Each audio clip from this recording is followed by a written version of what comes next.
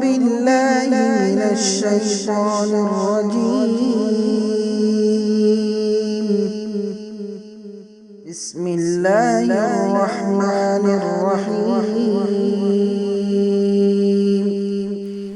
أعوذ بالله من الشيطان الرجيم وفي ثمود إذ قيل لهم تمتعوا حتى حين فعتوا عن أمر ربهم فأخذتهم الصاعقة وهم ينظرون. انشاءاللہ اس تفسیر ہوگی ہماری سورہ زاریات آیت نمبر 23 سے آیت نمبر 43 سے آیت نمبر 40 پر 3 سے آج ہماری تفسیر ہوگی انشاءاللہ. سب سے پہلے آیت نمبر 40 پر 3 میں اللہ تعالیٰ کیا فرماتے ہیں؟ قوم سمود کا اللہ تعالیٰ ذکر کرتے ہیں. قوم سمود کے پاس نبی کون تھے؟ صالح علیہ السلام. وَإِلَى ثَمُودَ أَخَاهُمْ صَالِحًا. صالح علیہ السلام قوم سمود کے پاس نبی بن کر گئے تھے، لیکن انہوں نے نافرمانی کی. کیا کیا انہوں نے؟ اللہ کی جو اونٹنی جو ہے نا، ناقۃ اللہ کی جو اونٹنی جو ہے نا، اس کو انہوں نے قتل کر دیا. قتل کرنے والا کون تھا؟ جس کا نام قدار، قاف دال الف رام، قدار، اس کا نام تھا قدار. اس نے جو ہے نا تمام لوگوں کو مل کر جو ہے نا، کئی لوگوں پلاننگ کر کے جو ہے نا، وہ اصل تھا اور کئی لوگ اس کی مدد کیے، تمام لوگ مل کر جو ہے نا اللہ کی جو اونٹنی ہے اس کو قتل کر دی. جب انہوں نے اللہ کی اونٹنی کو قتل کر دیا پورے قوم والے مل کر، تو اللہ نے کہا کہ اس کے بعد تم 3 دن تک مزاح کر لو، بس 3 دن تک تم مزاح کرو، اس کے بعد اللہ کا عذاب آئے گا. صرف 3 دن تم مزاح کر لو بس.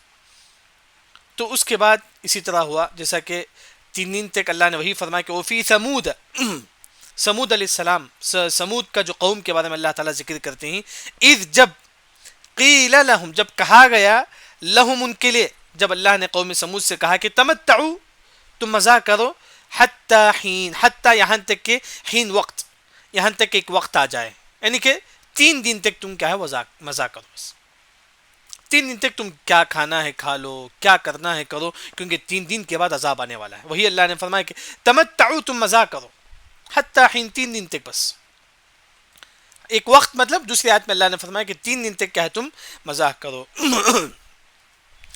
اس کے بعد اللہ نے قوم سمود کے بارے میں ذکر کرتے ہیں کہ فَعَتَوْا، فا کا مطلب پس، عتو نافرمانی کرنا، ان امر کا مطلب حکم، کس کے؟ ربہم، اپنے رب کے. یعنی کہ قوم سمود نے اللہ کے حکم کی نافرمانی کی. اللہ کی جو اونٹنی ان کے پاس تھی اس کو انہوں نے جو ہے نا قتل کر دیا. تو اللہ نے کہا کہ فَعَتَوْا، پس انہوں نے نافرمانی کی، ان امر ربہم، اللہ کے حکم کا. تو اللہ نے کیا کر دیا؟ فَأَخَذَتْهُمْ، اخذ کا مطلب پکڑنا، ان کو پکڑ لیا. کیا؟ الصاعقہ، صاعقہ کا مطلب اصل جو معنی صاعقہ کا اوپر سے آگ آ کے جو ہے نا جلا دینا، اسے بولتی ہیں کہ صاعقہ، اوپر سے آگ آ کے جو ہے نا جلا دینا. لیکن یہاں جو عذاب جو آ کر تھا ان لوگوں پر وہ ہے کہ الصیح، یعنی کہ چیخ. اللہ نے چیخ کے ذریعے سے پوری قوم کو اللہ نے ہلاک کر دیا. فَأَخَذَتْهُمُ الصَّاعِقَةُ، ان کو پکڑ لیا، الصاعقہ چیخ، ایک چیخ آ کے پورے قوم کو جو ہے نا ہلاک کر دیا. تو جب چیخ آیا تو جو ہے نا اللہ کا عذاب آیا، تو یہ تمام لوگ جو ہے نا اللہ کے عذاب میں آ گئے. تو اس کے بعد یہ ایک دوسرے کو دیکھتے رہے کہ یہ ان کا بھائی سامنے مر رہا تھا، یہ اپنی آنکھوں سے دیکھتے رہے. وہم، اس حال میں کہ وہ ینظرون، دیکھ رہے تھے. قوم سمود کا ایک شخص جو ہے نا اپنے بھائی کو سامنے سے دیکھ رہا تھا کہ وہ مر رہا تھا، بس کچھ نہیں کر پائے آپس میں، ایک دوسرے کو کچھ نہیں کر پائے. ینظرون، دیکھ رہے تھے. تو ان کا بھائی مر رہا تھا، ان کی آپس میں تمام لوگ اس طرح، یعنی کہ موت کو آپس میں ایک دوسرے کو دیکھ رہے تھے. اس طرح جو ہے نا قوم سمود کے تمام لوگ جو ہے نا اللہ کے عذاب میں آ کر جو ہے نا تمام لوگ ہلاک ہو گئے. تو جیسا کہ یہ واقعہ سورہ شمس میں اللہ تعالیٰ ذکر کرتے ہیں، کذبت ثمود بتقواها اذ انبعث اشقاها فقال لهم رسول الله ناقة الله وسقياها فكذبوه، انہوں نے جھٹلا دیا. فعقروها، اللہ کی اونٹی کو انہوں نے ذبح کر دی. فدمدم علیہم ربهم بذنبهم فسواها، جیسا کہ میں سے سورہ شمس کی تفسیر میں نے کہا تھا کہ فدمدم، یعنی کہ قوم سمود پر اللہ نے کہا کہ 3 دن کے بعد عذاب آئے گا. تو تمام قوم سمود والوں نے مذاق اڑانے لگے، چلو اب 3 دن کے بعد عذاب آئے گا تو ہم خبر کھود کے اس پہ بیٹھ جائیں گے. قوم سمود کے تمام لوگوں نے قبر کھودی، کھودنے کے بعد اس میں بیٹھ گئے.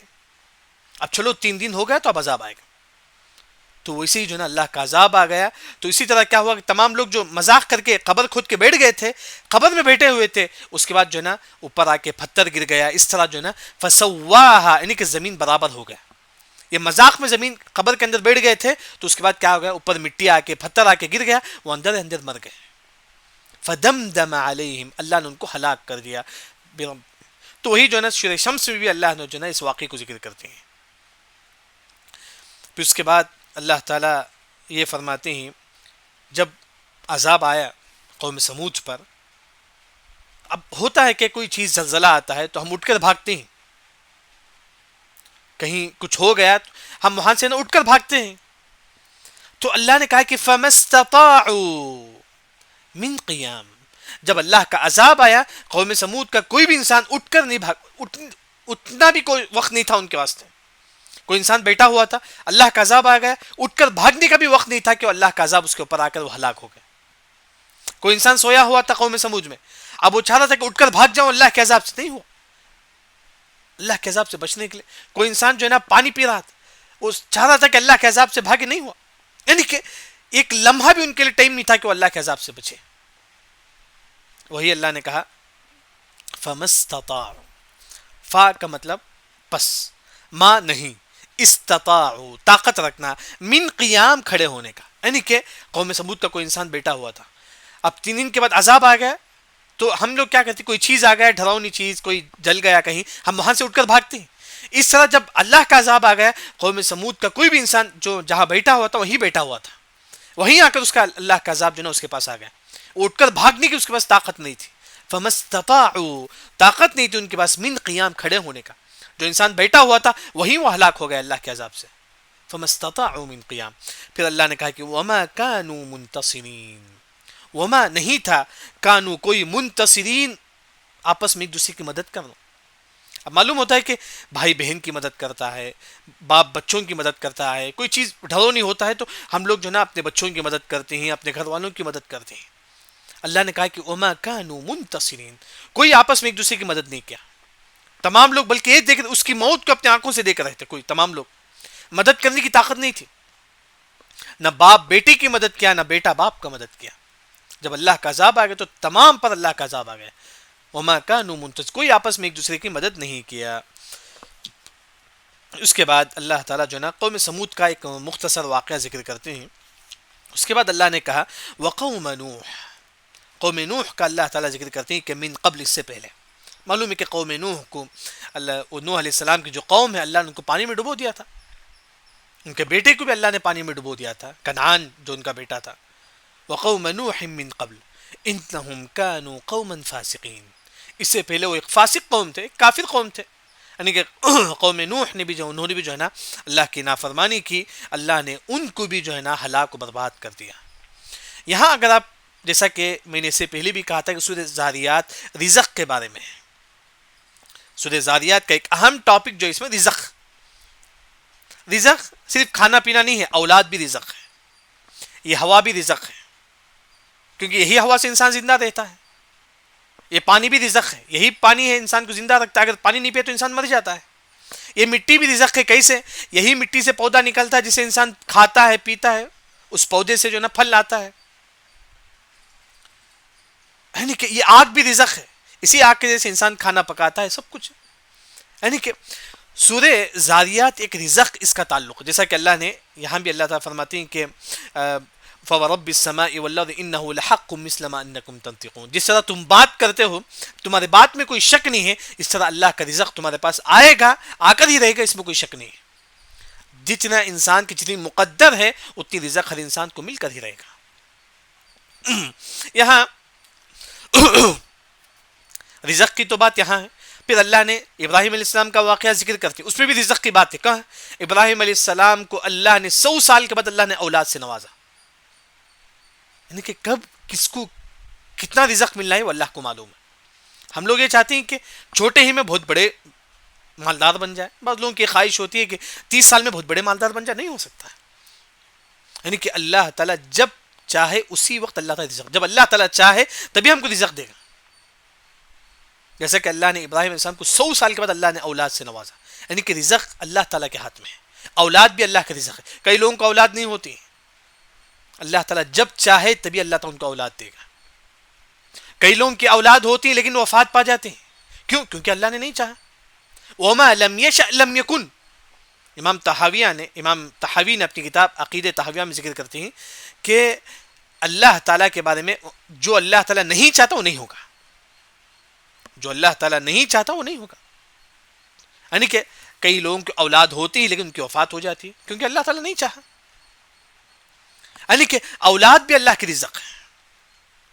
یہ گویا کہ یہ سورہ زاریات جو رزق سے اس کا تعلق، جیسا کہ اللہ نے ابراہیم علیہ السلام کو اللہ نے 100 سال کے بعد اللہ نے اولاد جیسی رزق سے نوازا تھا۔ اس کے بعد اللہ تعالیٰ یہاں ہمارے پاس قال فما خطبکم سے لے کر 4 قوموں کا واقعہ ذکر ہے۔ ایک ہے فرعون کا، ایک ہے قوم سمود کا، ایک ہے قوم لوط کا، اور ایک قوم عاد کا۔ پورے 4 قوم کا واقعہ ذکر ہے۔ کیوں؟ کبھی ہم تھوڑا غور کریں گے تو اس سے بھی ہمارے رزق سے اس کا تعلق ہے۔ یہ 4 قوموں کا جو ذکر اللہ نے سورہ زاریات میں کیے ہیں، اس کا بھی ہمارے رزق سے بڑا تعلق ہے۔ کیسے؟ فرعون کو اللہ نے کیسے عذاب دیا؟ پانی کے ذریعے سے۔ پانی ہمارا رزق ہے، اگر انسان نافرمانی کرے گا اسی رزق کے ذریعے سے اللہ تعالیٰ اس کو عذاب دے سکتا ہے۔ یعنی کہ رزق ہمارا پانی، اللہ نے اسی پانی میں فرعون کو اللہ نے ڈبو دیا تھا۔ گویا کہ رزق، یہ پانی بغیر پانی کے انسان نہیں جی سکتا۔ جب سے نافرمانی کی اسی رزق کے ذریعے سے اللہ نے اس کو جو ہے نا ڈبو دیا تھا، ہلاک کر دیا۔ اس کے بعد قوم عاد، جہاں یہاں اللہ نے قوم عاد کا ذکر کرتی ہیں۔ قوم عاد کو اللہ نے کیسے عذاب دیا؟ ریح صرصر عات، ہوا کے ذریعے سے۔ ہوا اللہ کا رزق ہے، کوئی انسان بغیر ہوا کے زندہ نہیں ہو سکتا۔ اگر ہوا ختم ہو جائے تو انسان مر جائے گا، یعنی کہ ہوا بھی ایک رزق ہے۔ جب قوم عاد نے نافرمانی کی، اللہ نے اسی ہوا کے ذریعے سے اللہ ان کو ہلاک کر دیا۔ اس کے بعد قوم سمود، قوم سمود کا الصاعقہ کا جو معنی ہے، مفسرین نے فرمایا کہ عذاب، انگار، یعنی کہ انگار بھی اللہ کا رزق ہے۔ اسی انگار کے ذریعے سے انسان جو ہے نا گرمی حاصل کرتا ہے۔ اس زمانے میں لائٹ وغیرہ نہیں تھا، اسی انگار کے سے لوگ جو ہے نا روشنی حاصل کرتے تھے۔ اسی انگار کے ذریعے سے اللہ تعالیٰ نے جو ہے نا قوم عاد کو، قوم سمود کو اللہ نے ہلاک کر دیا۔ یعنی کہ جو انسان اللہ کی نافرمانی کرتا ہے اسی رزق کے ذریعے سے اللہ اس کو ہلاک کر دیتا ہے۔ دیکھیے اس کے بعد اللہ نے قوم نوح کا اللہ تعالیٰ ذکر کرتے ہیں، پانی کے ذریعے سے اللہ نے ان کو ہلاک کر دیا۔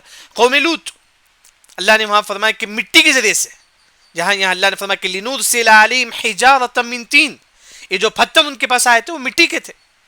یہی مٹی جو ہمارے رزق، اسی مٹی کے ذریعے سے پودا نکلتا ہے، اسی سے ہم فروٹس کھاتے ہیں، ہر چیز اسی سے آتا ہے۔ اسی کے ذریعے سے اللہ نے ان کو ہلاک کر دیا۔ یعنی کہ مٹی کے ذریعے سے اللہ نے قوم لوط کو ہلاک کیا، پانی کے ذریعے سے اللہ نے قوم نوح کو اور قوم فرعون کو اللہ نے ہلاک کر دیا۔ اسی ہوا کے ذریعے سے اللہ نے قوم عاد کو اللہ نے ہلاک کیا۔ اسی آگ کے ذریعے سے اللہ نے قوم سمود کو اللہ نے ہلاک کر دیا۔ یعنی کہ یہ 4 اہم چیزیں جو ہماری رزق ہے، انسان اگر نافرمانی کرے گا اسی رزق کے ذریعے سے اللہ تعالیٰ اس کو محروم کر دے گا۔ جیسا کہ مسند احمد کی روایت ہے، ان المؤمن لیحرم الرزق بذنب یصب، گناہوں کی وجہ سے اللہ تعالیٰ اس کو رزق سے محروم کر دیتے ہیں، اسی گناہ کی وجہ سے۔ رزق صرف کھانا پانی نہیں ہے، اولاد بھی رزق ہے، اولاد بھی رزق ہے، ہر چیز دنیا کا رزق ہے۔ یہ سننا بھی رزق ہے، کان، یہ ہم دیکھتے ہیں یہ بھی اللہ کا رزق ہے، ہم لوگ بات کرتے ہیں یہ بھی اللہ کا رزق ہے، یہ ہاتھ یہ بھی اللہ کا رزق ہے، ہر چیز اللہ کا رزق ہے۔ یعنی کہ وہی اللہ نے یہاں گویا کہ سورہ زاریات ایک جو ٹاپک ہے وہ یہ ہے کہ رزق، کہ اس کا بڑا گہرا تعلق ہے۔ یہاں ایک جو بات ہے، امام قرطبی نے جب سورہ ہود میں جب تفسیر کر رہے تھے قوم لوط کے واقعے، جیسا کہ قوم لوط کا واقعہ ہم نے سنا ہے کہ قوم لوط میں ایک بدکاری پہلی ہوئی تھی، جس وجہ سے اللہ نے پورے قوم لوط کو اللہ نے اوپر الٹا کر کے جو ہے نا زمین میں دفنا دیا تھا۔ معلوم ہے قوم لوط کو اللہ نے ایسا عذاب دی۔ یہاں امام قرطبی نے جیسا کہ ہود میں، یعنی کہ سورہ ہود میں بھی جو ہے نا یہ اس کا قوم لوط کا ذکر ہے، امام قرطبی نے اس کی تفسیر کرتے ہوئے یہاں ذکر کرتے ہیں کہ اللہ تعالیٰ کسی قوم پر عذاب صرف شرک کی وجہ سے نہیں دیتا ہے، شرک کی وجہ سے اللہ تعالیٰ نہیں، یعنی تو شرک کے علاوہ ایک اور جو برائی جو پورے قوم میں پھیل جاتی ہے، ایک برائی پورے قوم میں پھیل جاتی ہے، کوئی روکنے والا اس کو نہیں ہے، ایسے قوم والوں پر بھی اللہ تعالیٰ کا عذاب آتا ہے. جیسا کہ قوم لوط علیہ السلام کی قوم میں پوری بدکاری پھیلی ہوئی تھی، کوئی روکنے والا نہیں تھا سوائے لوط علیہ السلام ان کی بیٹیوں کے علاوہ. پورے قوم والے جو ہے نا اس برائی میں پڑ گئے تھے، کوئی روکنے والا نہیں تھا، تو اللہ نے پورے قوم کو اللہ نے ہلاک کر دیا. امام قرطبی نے کہا کہ اگر پورے قوم میں شرک کے علاوہ کوئی بھی ایک بیماری پھیل جاتی ہے، بیماری مطلب گناہ، مسلمان گاؤں ہے، وہاں پورے کے پورے گاؤں میں کوئی نہ کوئی برائی پھیل جاتی ہے، کوئی نہ کوئی حرام کام پھیل جاتا ہے، کوئی انسان روکنے والا نہیں ہے، اکا دکا کے علاوہ کوئی روکنے والا نہیں ہے، تو امام قرطبی نے کہا کہ ایسے قوم پر بھی اللہ کا عذاب آ سکتا ہے، آ سکتا ہے اللہ کا عذاب. تو اسی وجہ سے اللہ تعالیٰ نے ہم لوگوں سے کہا کہ کنتم خیر امت اخرجت للناس، ہم لوگ بہترین امت ہو. کب؟ جب تک ہم لوگوں کو برائی سے روکیں گے، نیکی کا حکم دیں گے. جب ہم لوگوں کو برائی سے نہیں روکیں گے، نیکی کا نہیں حکم دیں گے، ہم بہترین امت نہیں ہوں گے. یاد رکھیں، ہم اس وقت بہترین امت ہوں گے جب ہم لوگوں کو بلائی کا حکم دیں گے.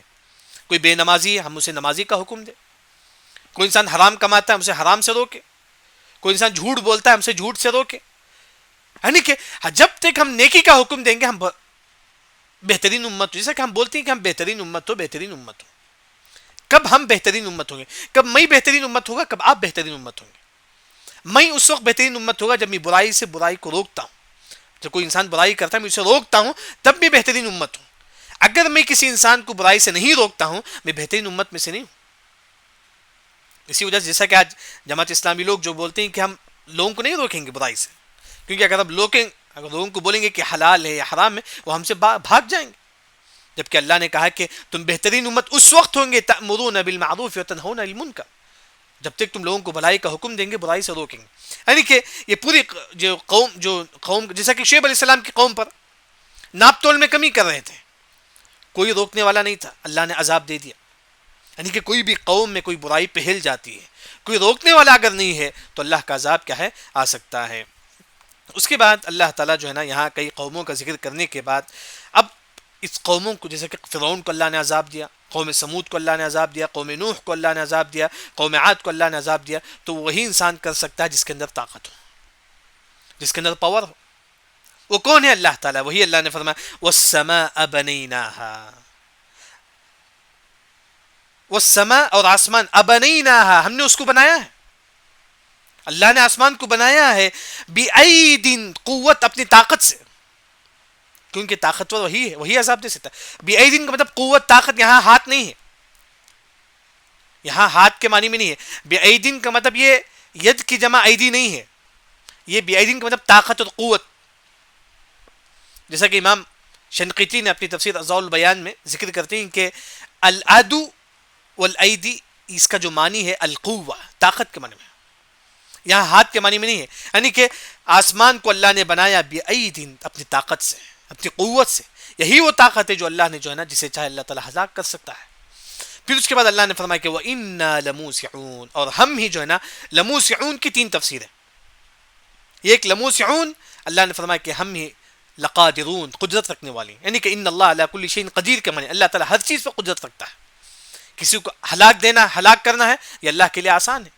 کسی کو اللہ تعالیٰ نعمتوں سے نوازنا ہے، یہ اللہ کے لیے آسان ہے. لقادرون ہے، اللہ تعالیٰ قدرت رکھتا ہے، ہر چیز پر اللہ تعالیٰ قدرت رکھتا ہے. لموسعون ایک مطلب قدرت رکھنے والا، طاقت رکھنے والا.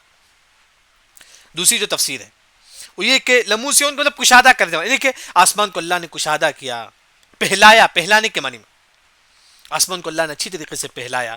یہ اللہ تعالیٰ کے ہاتھ میں، ہمارے ہاتھ میں نہیں. اللہ نے فرمایا کہ ہم نے آسمان کو بنایا اپنی طاقت سے، پھر اللہ نے آسمان کو چاروں طرف سے جو نا پہلا دیا. لموسعون، اللہ نے جو نا پہلا دیا. تیسری جو تفسیر ہے عبداللہ بن عباس رضی اللہ عنہ اور حسن بصری رحمہ اللہ نے اس سورت کی ٹاپک کے اعتبار سے جو ہے انہوں نے تفسیر کی ہے. اس سورت کا ٹاپک کیا ہے؟ کوئی بتا سکتے ہیں؟ ایک جو مشہور جو ٹاپک جس کے بارے میں ذکر ہے سورت میں، وہ کیا ہے؟ رزق کے بارے میں. ہم کیسی تفسیر کریں گے لموسعون کا مطلب رزق؟ کوئی بتا سکتا ہے؟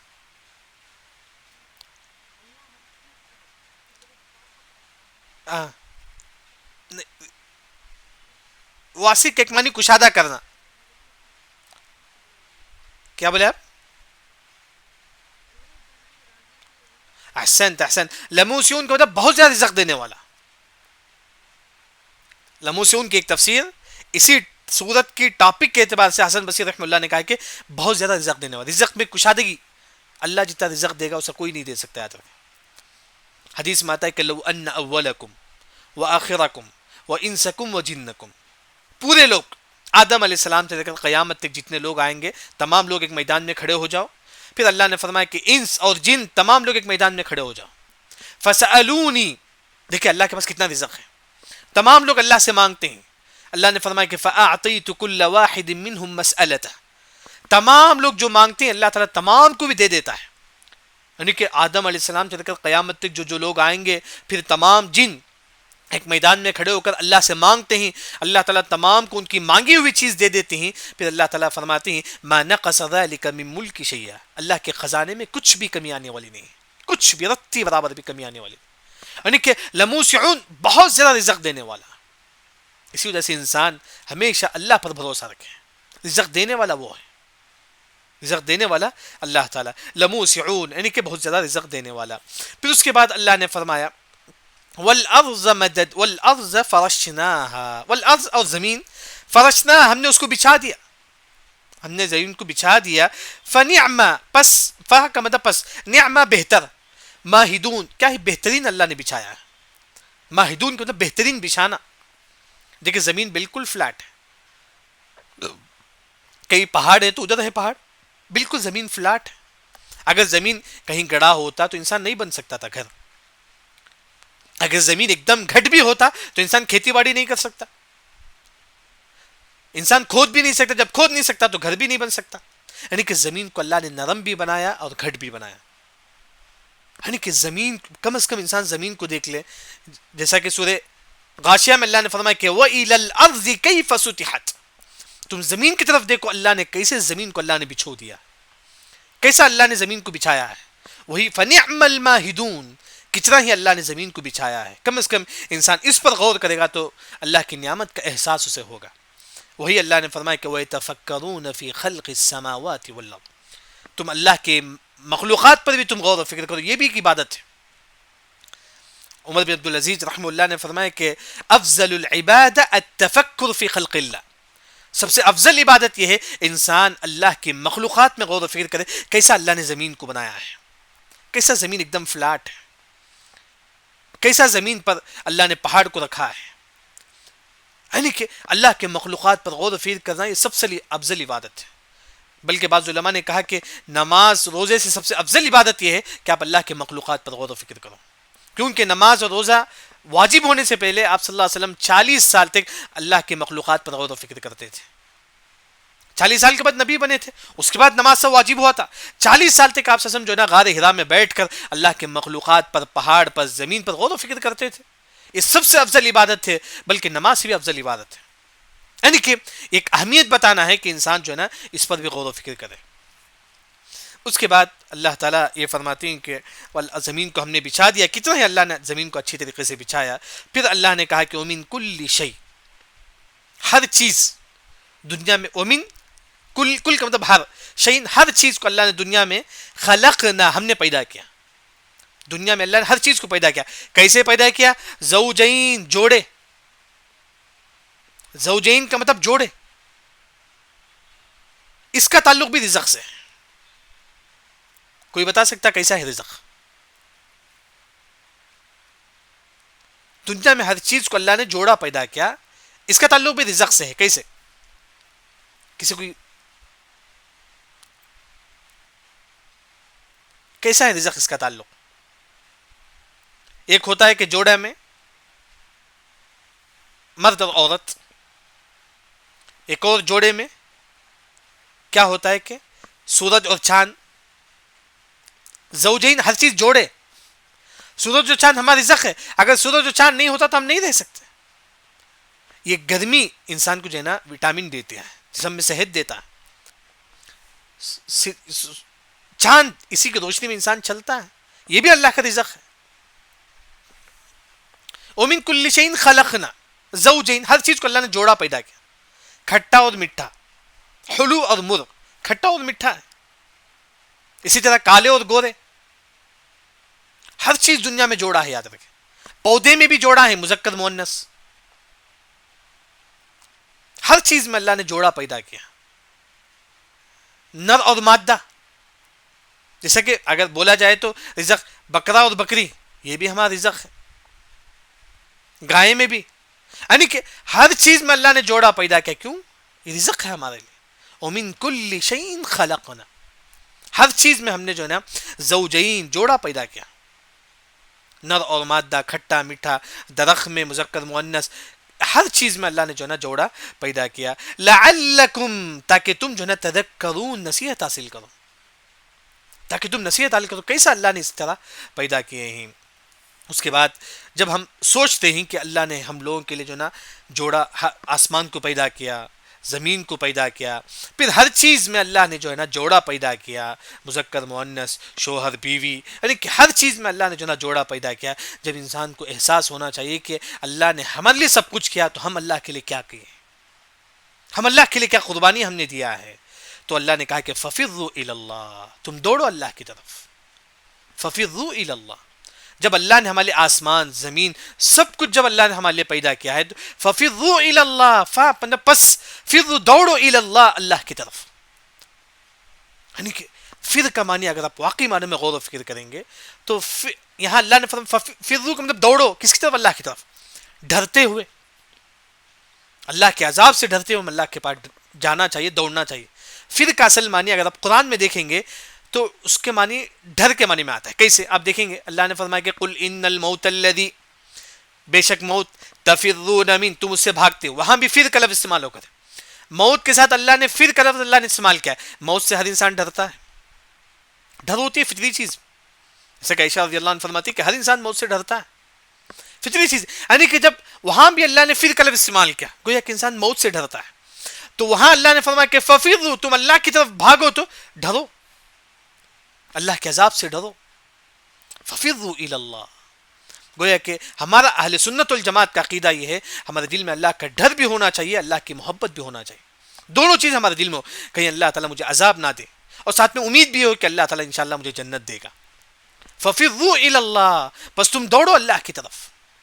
فر کا مطلب یہاں ڈر بھی آتا ہے، جیسا کہ اللہ نے موت کے ساتھ فر کا لفظ استعمال کرتے ہیں، جیسا کہ اللہ نے دوسری جگہ استعمال کرتے ہیں فر کا لفظ کأنہم حمر مستنفرہ فرت من قسورہ، جس طرح گدھا شیر کو دیکھ کے بھاگتا ہے، وہاں اللہ نے فر کا لفظ استعمال کرتے ہیں. فر کا لفظ، گدھا جو ہے نا شیر کو دیکھ کر ڈر کر بھاگتا ہے، اس طرح جب تم اللہ کے پاس جاؤ تو اللہ کے عذاب سے ڈرو.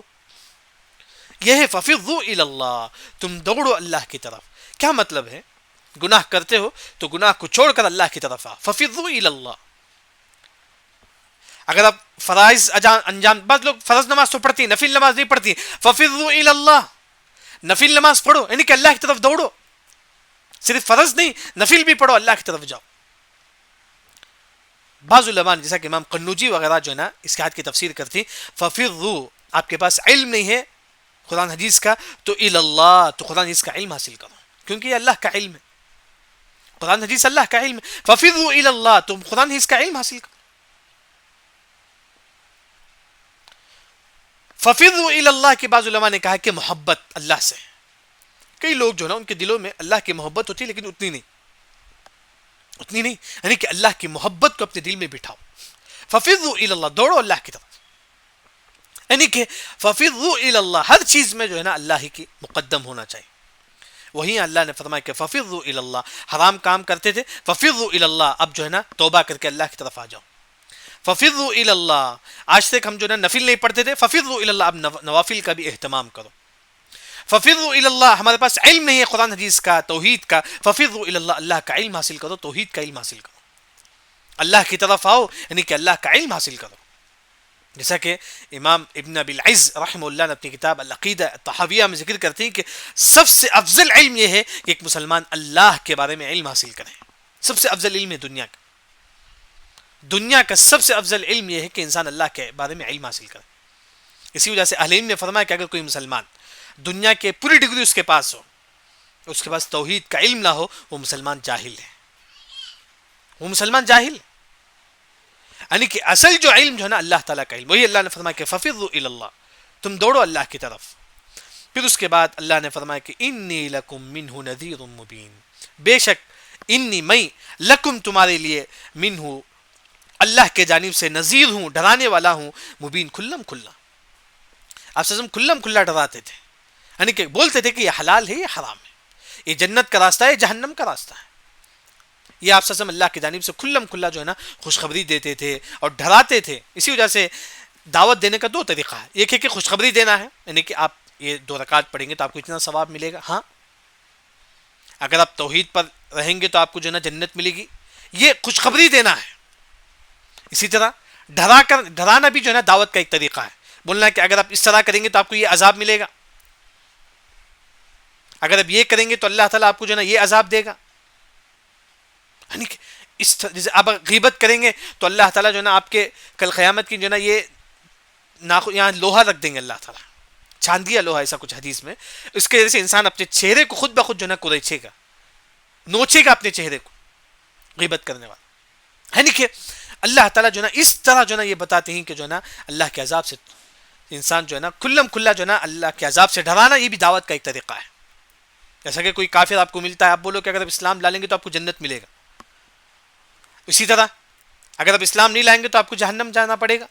دعوت کا ایک طریقہ ہے، وہی آپ نے فرمایا انی لکم منہ نذیر مبین، بے شک میں تم کو کھلم کھلا ڈرانے والا ہوں. پھر آپ صلی اللہ علیہ وسلم فرماتے ہیں کہ جیسا کہ اللہ نے کہا کہ ففروا الی اللہ، تم دوڑو اللہ کی طرف، تو سب سے پہلے توحید ہونا چاہیے.